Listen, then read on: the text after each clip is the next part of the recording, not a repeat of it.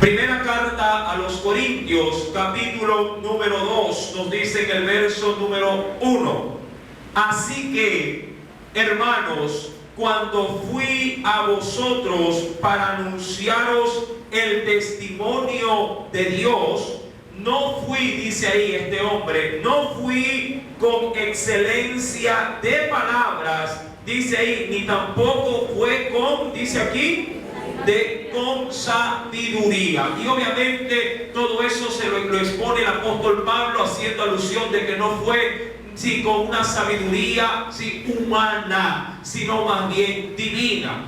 De hecho, usted y yo ya hemos analizado a través de otros estudios allá en la carta de Santiago que el Señor realmente quiere que su pueblo tenga la sabiduría que viene de lo alto, amén, y no como lo maneja el mundo, con una sabiduría terrenal, aún dice también animal, e inclusive una sabiduría diabólica. Mi amado hermano, Pablo reconocía perfectamente su condición ahora en Cristo Jesús.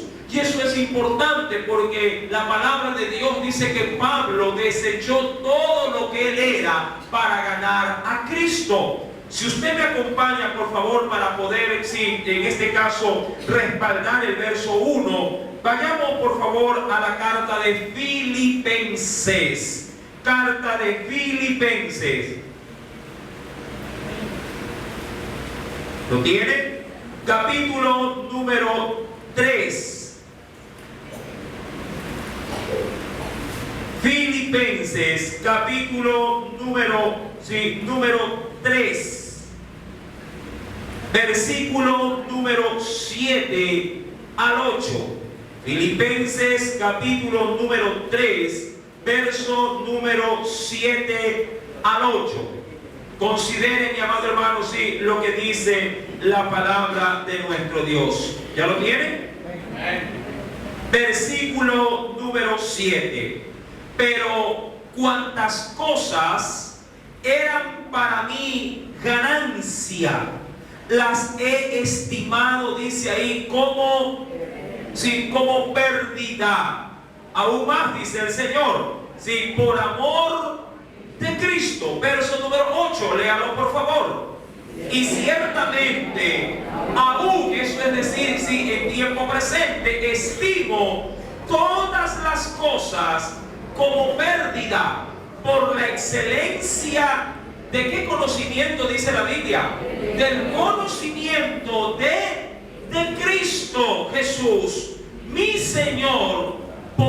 Dice aquí, por amor del cual lo he perdido todo y lo tengo por basura para ganar a Cristo. Mi amado hermano, en el contexto de este pasaje bíblico, si volvemos a leer, pero acompáñeme a la carta de Corintios, no pierda Filipenses, por favor. Primera de Corintios, capítulo número 2, verso número 1, dice ahí ese verso: hermanos, cuando fui a vosotros para anunciaros el testimonio de Dios, no fui con excelencia de palabras o de sabiduría. Mi querido hermano, si Pablo tenía en su haber, tenía en su mente, o teníamos por así decirlo, en sus destrezas y habilidades humanas, todo el potencial y la fuerza para poder anunciar el Evangelio o anunciar la palabra con mucho denuedo, con mucha facilidad, ya que él era en sí mismo un hombre muy capaz y muy preparado. De hecho, mi querido hermano, hay personas que tienen una labor muchas veces en público de ser buenos, diríamos así, demagogos, como utilizan los términos, buenos facilitadores o buenos expositores en charlas, en estadios, en diferentes lugares donde se los invita, que bien pudieran haber anunciado esta palabra con toda sabiduría humana. Mas sin embargo, Pablo, considerando todo el potencial que él tenía, porque él lo reconoce. Cuando uno va y vuelva, por favor, por eso le dije que no perdiera Filipenses. Cuando uno vuelve a Filipenses, capítulo número 3, versículo número 4, versículos anteriores al que hemos leído, mire lo que Pablo dice de sí mismo, pero Cristo, ya nada de esto lo enorgullecía. Mira lo que dice la Biblia. Verso número 4. Aunque yo tengo también de qué confiar en la carne. Vaya viendo ese aspecto.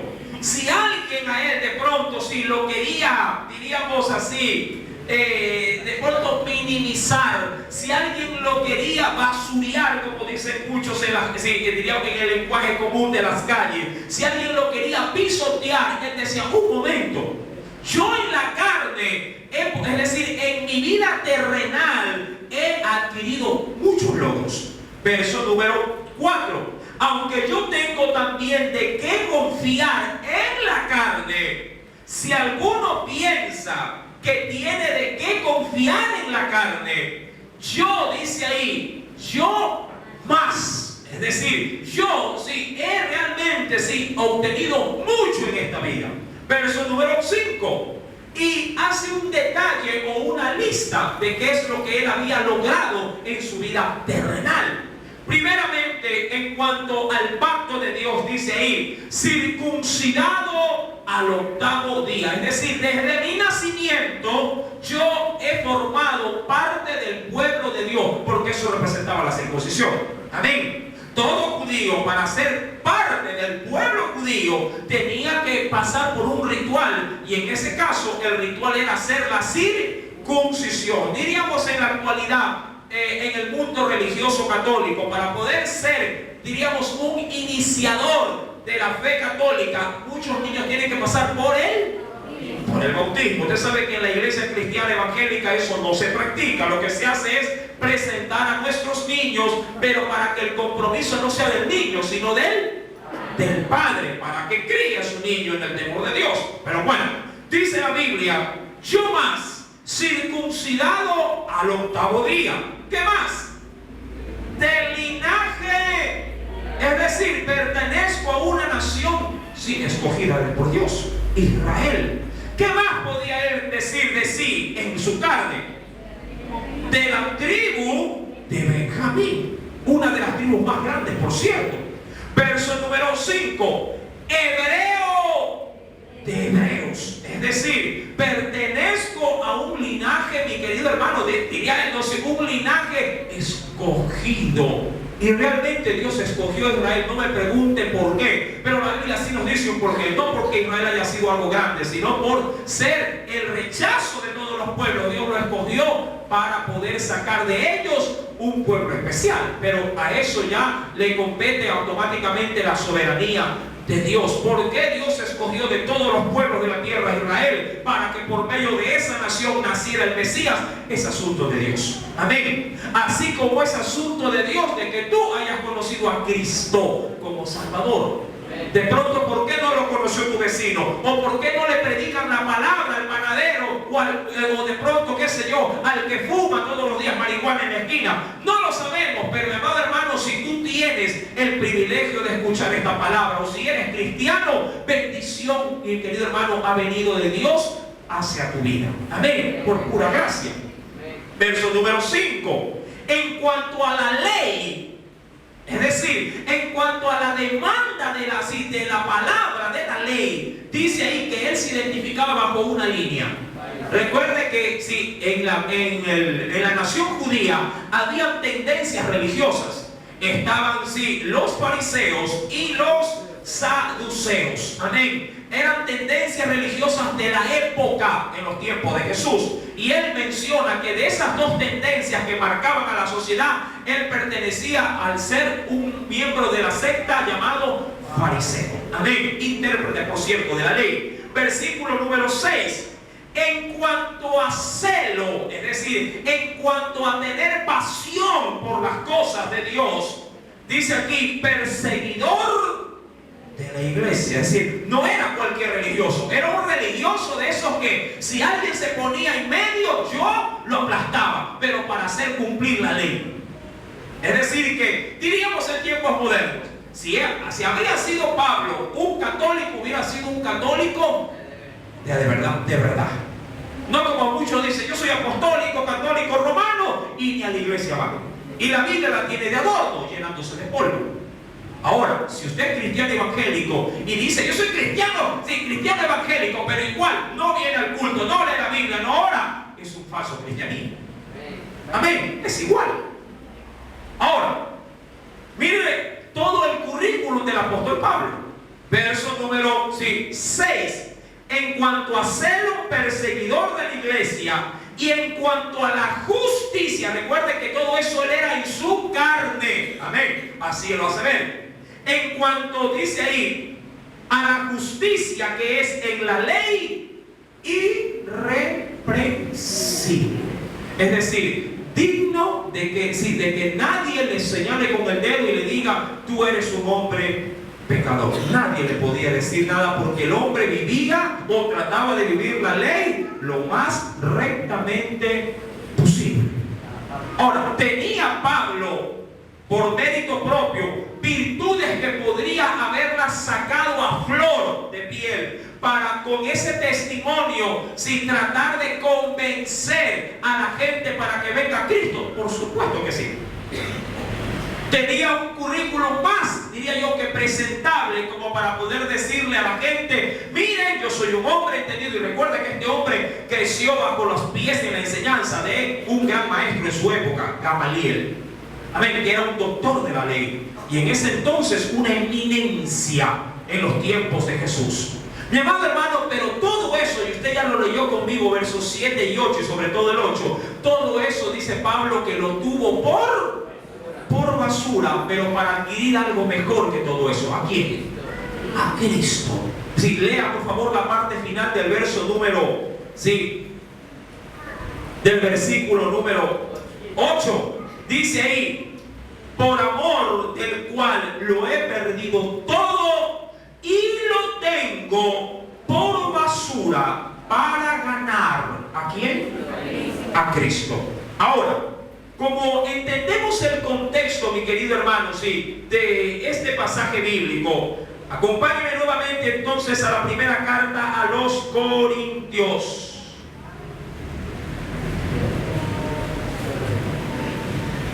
Primera carta a los Corintios, capítulo número 2. Así que, hermanos, cuando fui a vosotros para anunciaros el testimonio de Dios, y recuerda que era más que calificado para hacerlo, no fui con excelencia, eso es, con supremacía. El término excelencia ahí tiene una tendencia en el griego donde implica que se presenta no como queriendo ser alguien que sobresale de entre los demás. No, esta excelencia se refiere a preeminencia. No fui a ustedes para sobresalir entre ustedes. Lo que Pablo está tratando de decir es que él fue más bien al opuesto. Él fue como alguien, humillado. Fui, dice ahí, no con excelencia, ni de palabras, no fue con demagogía, no fue con palabrería, ni tampoco con sabiduría humana. Ahora, si no fue con todo eso, entonces, ¿cómo se presentó o cómo fue a Corintios? Mi querido hermano, Pablo, cuando estuvo en Corintios, estuvo hasta cierto punto, de su, diríamos así, de su ministerio en esa ciudad, estuvo prácticamente tan intranquilo y tan inseguro que quería salir corriendo. Porque de hecho, cuando Pablo estuvo en Corintios, en ese lugar, la gente lo quería matar. Acompáñenme por favor al libro de Hechos de los Apóstoles, en el capítulo número 18. Hechos de los Apóstoles, capítulo número 18.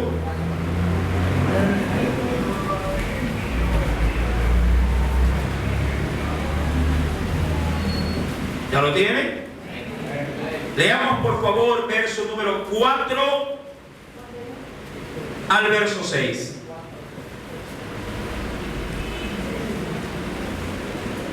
Hechos de los Apóstoles, capítulo número 4, versículo número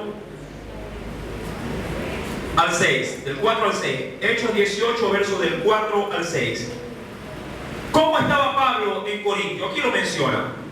y discutía, dice ahí, en la sinagoga todos los días de reposo, eso eran los días sábados, y persuadía a judíos y a griegos. Y cuando Silas y Timoteo, que eran sus colaboradores de él, vinieron de Macedonia, Pablo estaba entregado por entero a la predicación de la palabra, testificando o proclamando a los judíos que Jesús era el Cristo, es decir, el Mesías, el Salvador. Verso 6. Pero, ¿qué hacía la gente cuando escuchaba de Cristo en los labios de Pablo? Oponiéndose y blasfemando estos, les dijo sacudiendo los vestidos: vuestra sangre sea sobre vuestra cabeza, yo limpio, desde ahora me iré a los gentiles. Es decir, tremenda oposición, porque Pablo, ¿a dónde estaba predicando? ¿En dónde? En las sinagogas, es decir, en los templillos o templos pequeños, sí, que se levantaban en las ciudades paganas, como lo era Corintio, sí, donde acudían otros judíos o griegos convertidos al judaísmo. Y ahí se metía Pablo, y como había una oportunidad de poder también participar de la palabra, Pablo se ponía en pie y predicaba a Cristo dentro de esas sinagogas, pero ahí encontró solamente rechazo. La labor de Pablo en Corintios no fue fácil, no fue sencilla. Mucha oposición hubo, tanto así que él determinó no predicar ya en esos lugares, sino que prácticamente irse a los gentiles, y eso refiriéndose a salir del templo y predicar fuera de las sinagogas, al aire libre.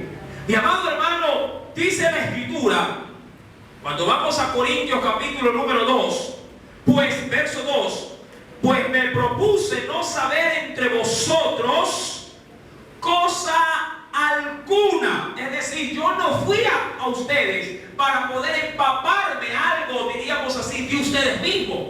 No fui prácticamente, lo que Pablo está diciendo es que no he venido a Corintios a enterarme de la vida de nadie.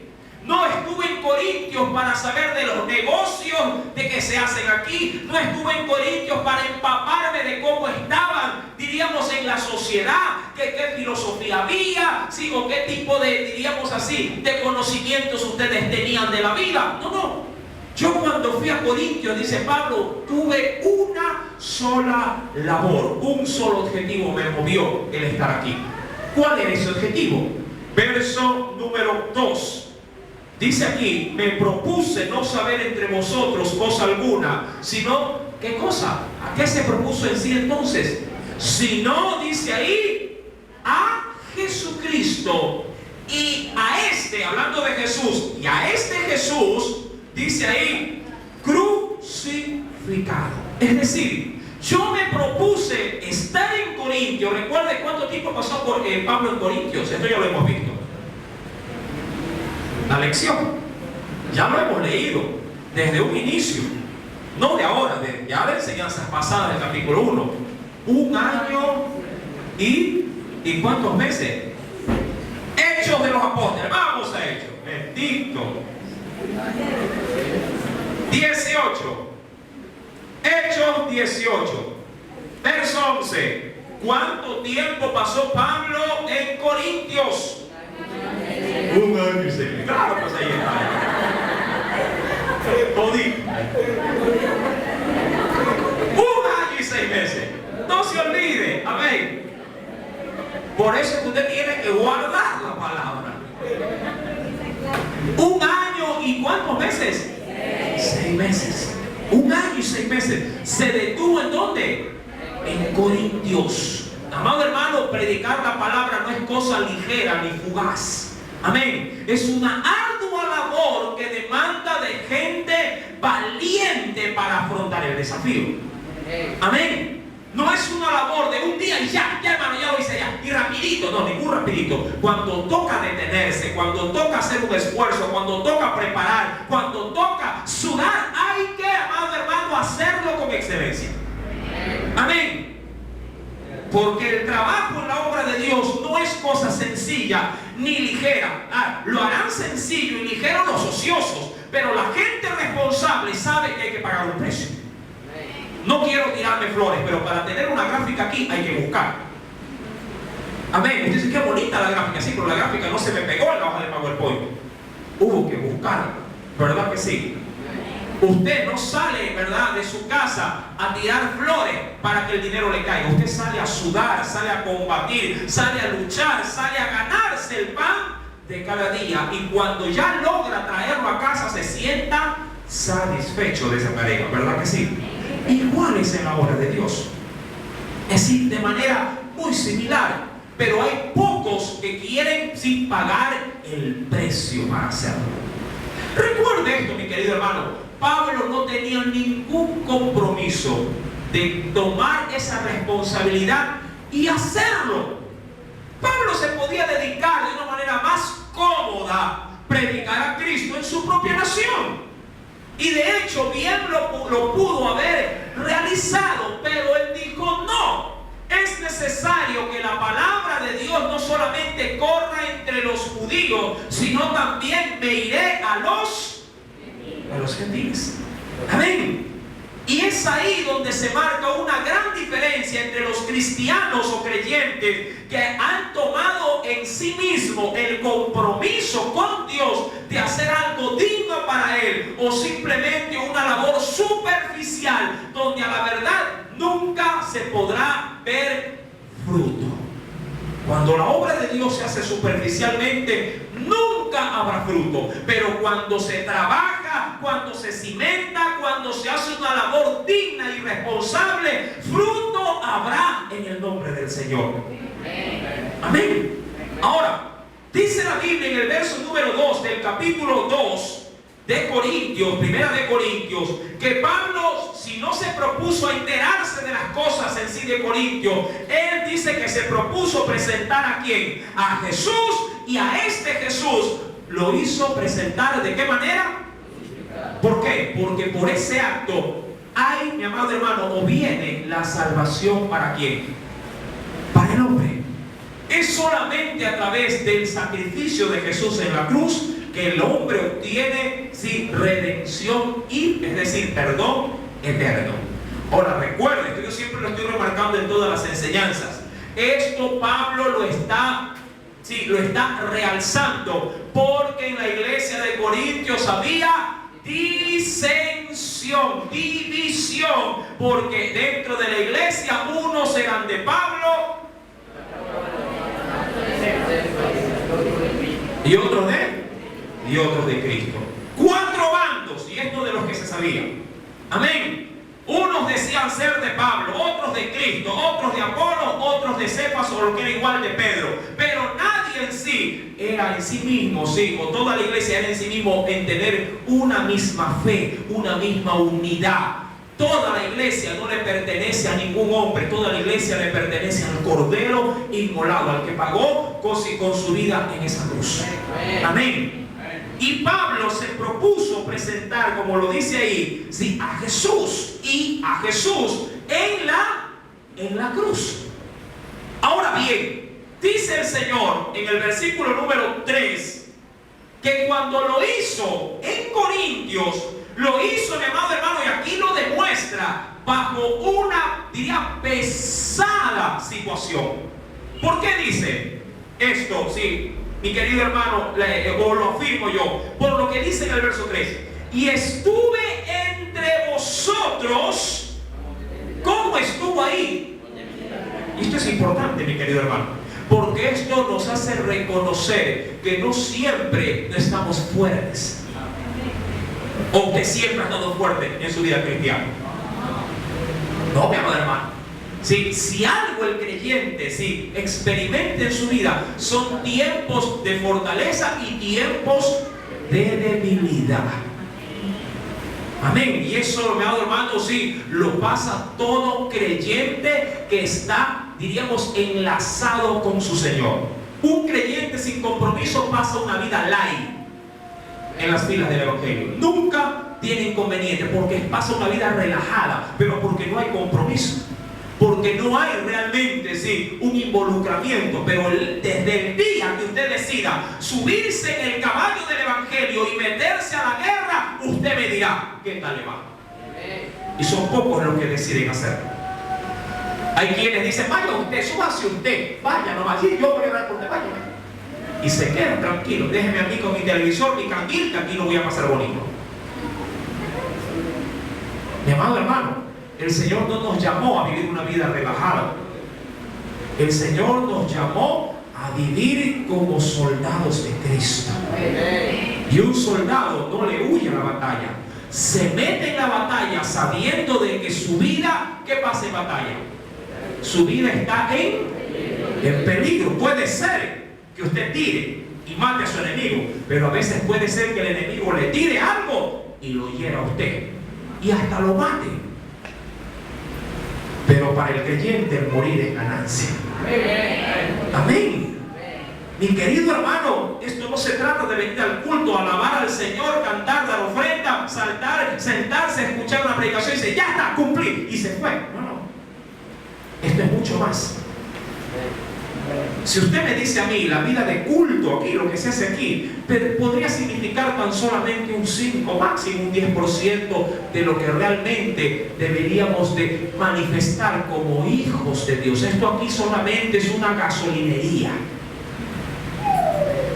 Véalo de esa manera. Usted llegó con su vida, con la plumita que decía en la gasolina, empty en inglés, vacío. Y aquí el Señor, ¿qué hace?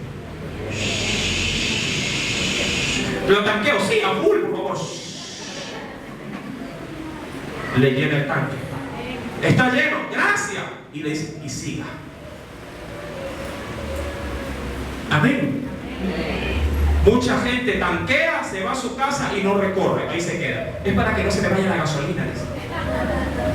Graso error.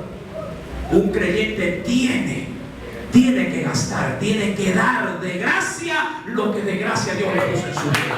Amén. Si Él puso de su Santo Espíritu, tú tienes que salir a dar de esa gracia. Ahora, Pablo estuvo entre ellos con debilidad, y dice ahí, y mucho temor y temblor. Y esto en su carne, mi amado hermano. Cuando uno va a Hechos, recordemos a Hechos, este capítulo 18, que lo he tomado como base. Hechos capítulo 18. Tanto temor había en Pablo que el Señor tuvo que darle una palabra. ¿Cuántos saben que la palabra es la que te llena en momentos de angustia? Amén. Es su palabra, porque la Biblia dice que la fe, amén, el subir en nosotros, eso que está ya por menguar, viene por medio del oír la palabra. Dice la Biblia, Hechos capítulo número 18, verso número 9. ¿Ya lo tienen? Todo en la Biblia tiene una razón. Mira lo que dice. Entonces el Señor le dijo ¿a quién? A Pablo. Él es el mismo que escribió la carta a Corintios. En visión se lo dijo. ¿Y en qué tiempo? En la noche. ¿Por qué? Porque yo me imagino que Pablo en esa noche, durante mucho tiempo, debió haber estado orando, buscando en Dios, sí, un aliciente para poder sostenerse, porque él estaba, y él lo declara, lo hemos leído en Corintios 2, él estaba en debilidad. Y dice la Biblia que el Señor le dice en visión de noche, no. ¿Qué le dice? ¿Y por qué le dijo que no tuviera miedo? ¿Se parece o no se parece a muchos de nosotros? Sí. Estaba temiendo. Pablo estaba así atemorizado, y lo confiesa en Corintios 2, versículo número 3. Él estaba ahí con debilidades, en temor. Amén. Pero viene una palabra de parte de Dios a Pablo, y lo primero que le dice es que no temas. Pablo le dice, no temas, sino, ¿a dónde lo manda? Oye, hermano, tengo miedo, ya no quiero salir, ya no quiero predicar, ya no quiero ir a la iglesia, ya no quiero avanzar. Y el Señor le dice, ¿cómo que no quieres? Yo te fortalezco y tú vuelves a la labor que yo te mandé. Amén. ¿Y a dónde lo mandaba? Sí, mire, si el Señor le dice a Pablo, Pablo, no temas, y le dice, habla y no calles, es porque él ya veía que salir a predicar era un riesgo. Y un riesgo tan grande que su propia vida estaba en peligro. Y el Señor se lo dice. Miren lo que dice en el verso número 10. Porque yo estoy contigo y ninguno pondrá sobre ti la mano para hacerte mal. Es decir, que Pablo, cuando salía a Corintios a predicar, mi querido hermano, su vida estaba en peligro. Y eso cada día que él lo vivía, decía, Señor, hoy yo no voy a salir. Están matando a los creyentes, los están encarcelando, porque eso es lo que dice el contexto. Mi amado hermano, sí, la Biblia, sí, cuando escribe estas palabras, lo hace en un momento crítico de la vida de Pablo en ese lugar. Corintios no fue un terreno fácil para predicar la palabra. Corintios no fue un paraíso donde la gente venía a Cristo. No. En Corintios Pablo estaba a su pena de muerte. Y dice la Biblia, cuando el Señor le habla, yo estoy contigo, ninguno pondrá sobre ti la mano para hacerte daño, porque yo tengo mucho pueblo en esta ciudad. Porque en ese entonces, ¿qué había pasado con referencia a lo que leímos en los versículos anteriores? Había bastante gente a los pies de Cristo, ¿no? Se oponían, dice la Biblia, ¿verdad? Y él tuvo que sacudirse su vestido y decir, voy a los gentiles. Había rechazo. Él predicaba y nadie venía a Cristo. Él, amado hermano, presentaba a Jesús y la gente, ¿qué es Jesús ni qué es Jesús? Pero él, mi querido, llegó un momento en que ya su vida comenzó a verse, sí, al borde ya de la muerte. Y él dijo, está duro aquí. Yo ya no voy a salir a predicar. E inclusive para que el Señor le haya dicho, quédate, porque aquí tengo mucha gente. Ya Pablo debió haber estado hasta programando irse a otro lugar. Irse a otro lugar. Mi amado hermano, si usted lee nuevamente el versículo número 5, dice, cuando Silas y Timoteo vinieron de Macedonia, Pablo estaba entregado por entero a la predicación de la palabra. Amén. Hablándoles a quienes, a judíos, sí, que Jesús era el Cristo, el Mesías. Y ellos le dijeron, no queremos saber nada. Mi amado hermano, es de entender, volvamos por favor al capítulo número 2, verso número 3. Ahora, es de entender que Pablo estuviera entre ellos con debilidad, con mucho temor y temblor. Amén. Pero la palabra que vino de parte de Dios lo animó, lo fortaleció. Verso número 4. ¿Cómo más estaba entre ellos Pablo? Y ni mi palabra, ni mi predicación fue con palabras, dice ahí, persuasivas o queriéndote convencer, humanamente hablando, ¿sí?, de humana sabiduría, sino ¿cómo fue que él pudo ganar mucho pueblo ahí? Porque el Señor se lo dijo, que tenía en Corintio mucho pueblo. ¿Cómo conquistó a todo ese pueblo para el Señor? Dice ahí, con demostración del Espíritu y de poder.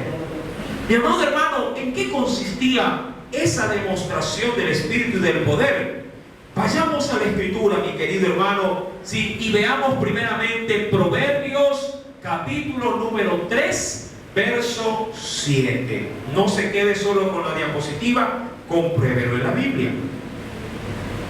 Proverbios, capítulo número 3.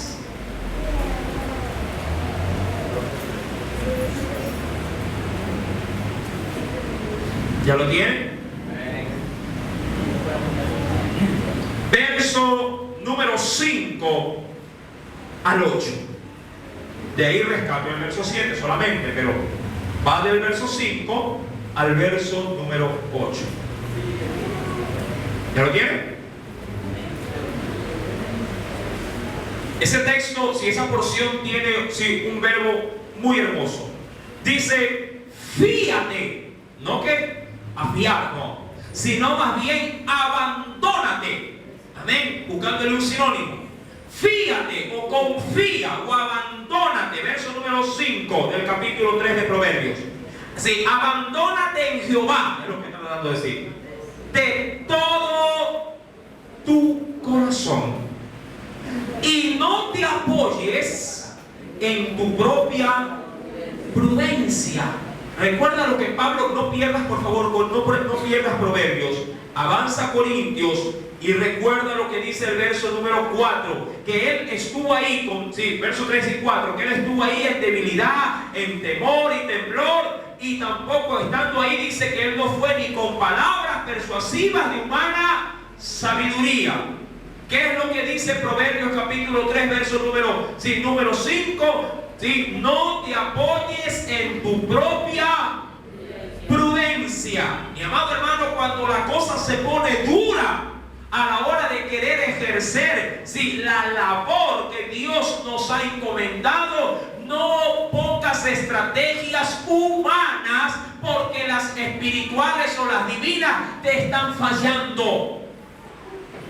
Mucha gente a la hora, y esto quiero remarcarlo a nivel, diríamos, general de las iglesias, como ven que la iglesia no se llena, entonces buscan modelos, buscan estrategias humanas que les dan resultado en el mundo y las tratan de implantar en la iglesia.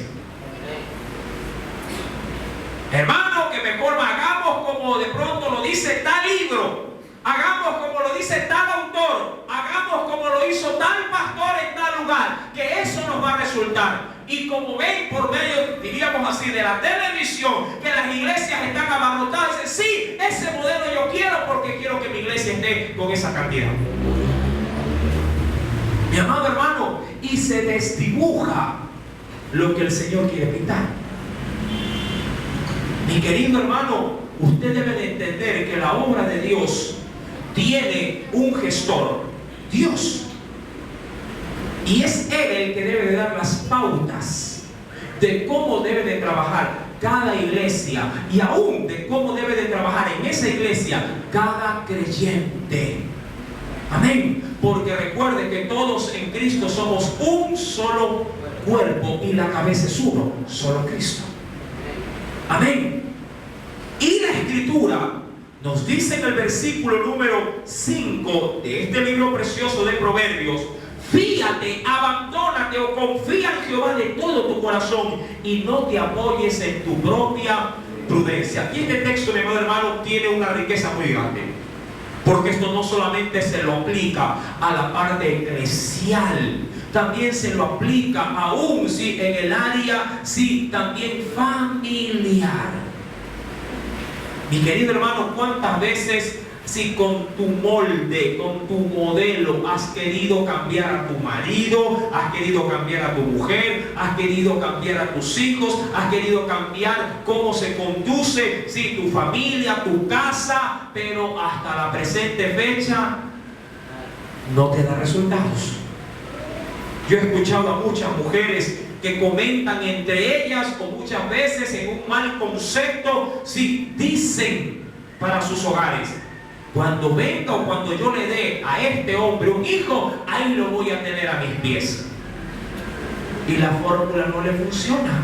Ya va por el quinto hijo y el hombre se le sigue escapando todas las noches. Y es ella la que tiene que aguantar la crianza. Amén. Uy, hermano, que yo me lo voy a ganar es por la barriga que me lo gano. Y le prepara grandes banquetes pensando que el marido no se le va a ir. Y al último se le termina yendo con la vecina de la esquina.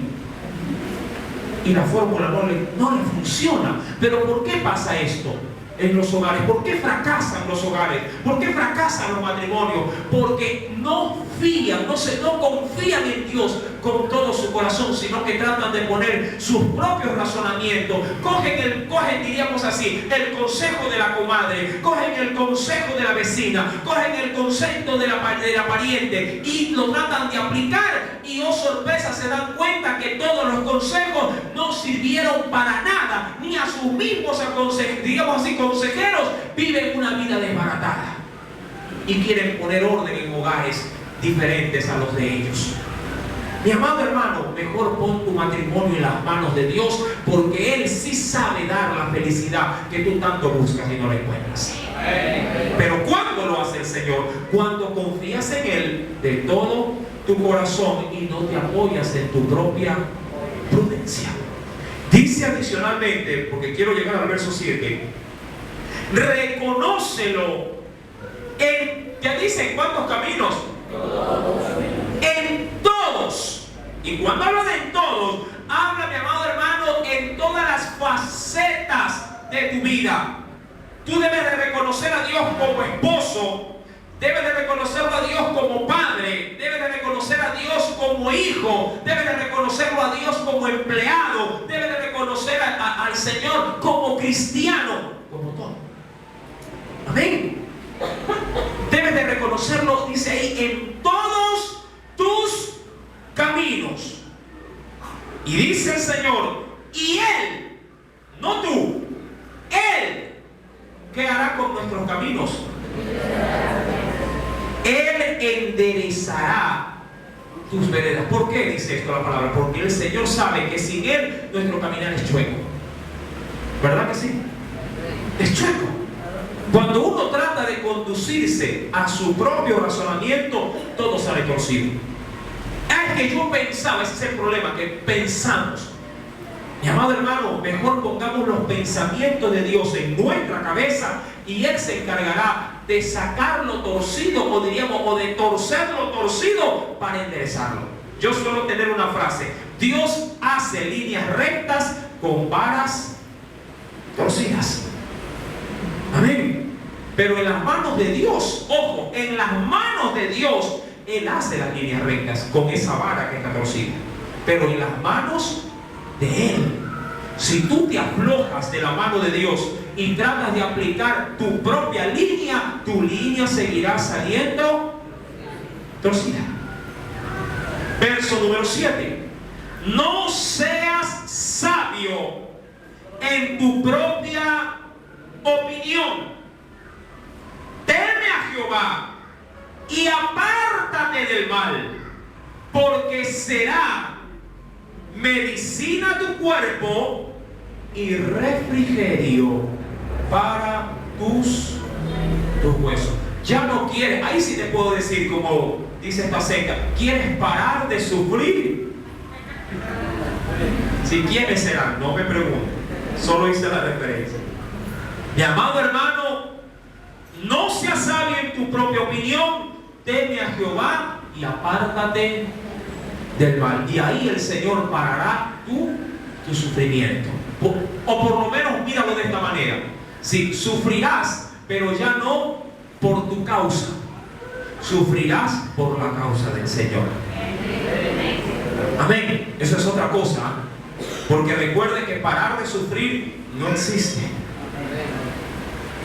En el mundo tendréis aflicción, pero confiad, porque yo, dice Jesús, he vencido al mundo. Amén. Gloria a Jesús. El apóstol Pablo, mi querido hermano, versículo número 4, estuvo ahí en Corintios, en la parte final de ese verso, estuvo con demostración, demostrando, mi querido hermano, evidenciando, ¿qué cosa? El poder del Espíritu.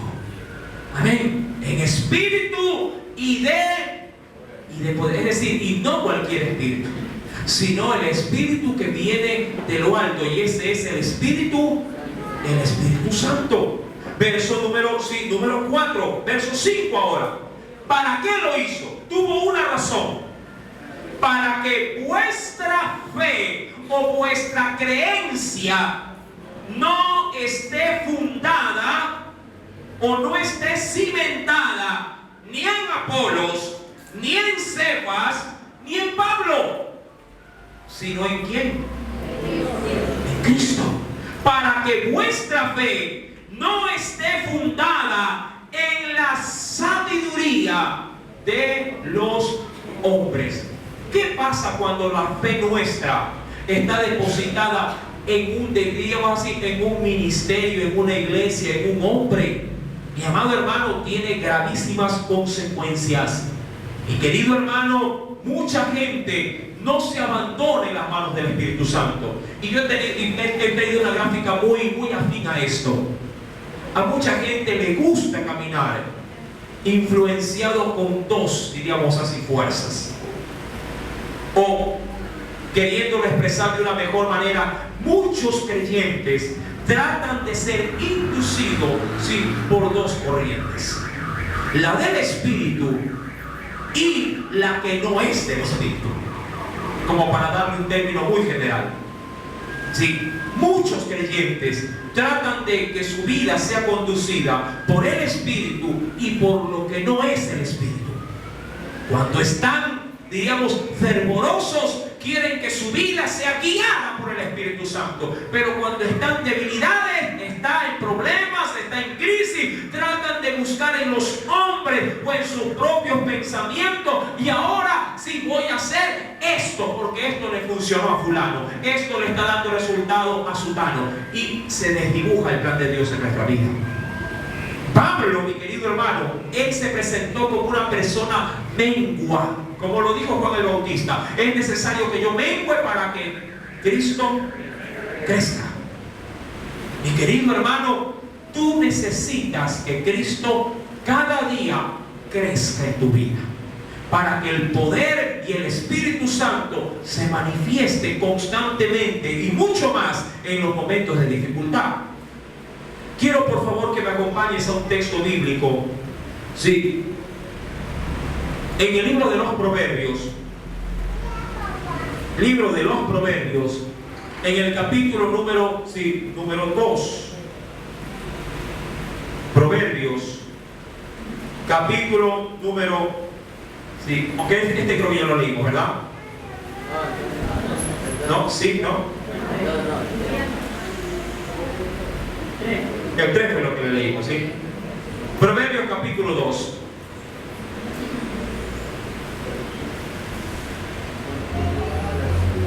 ¿Lo tienes? Versículo número 6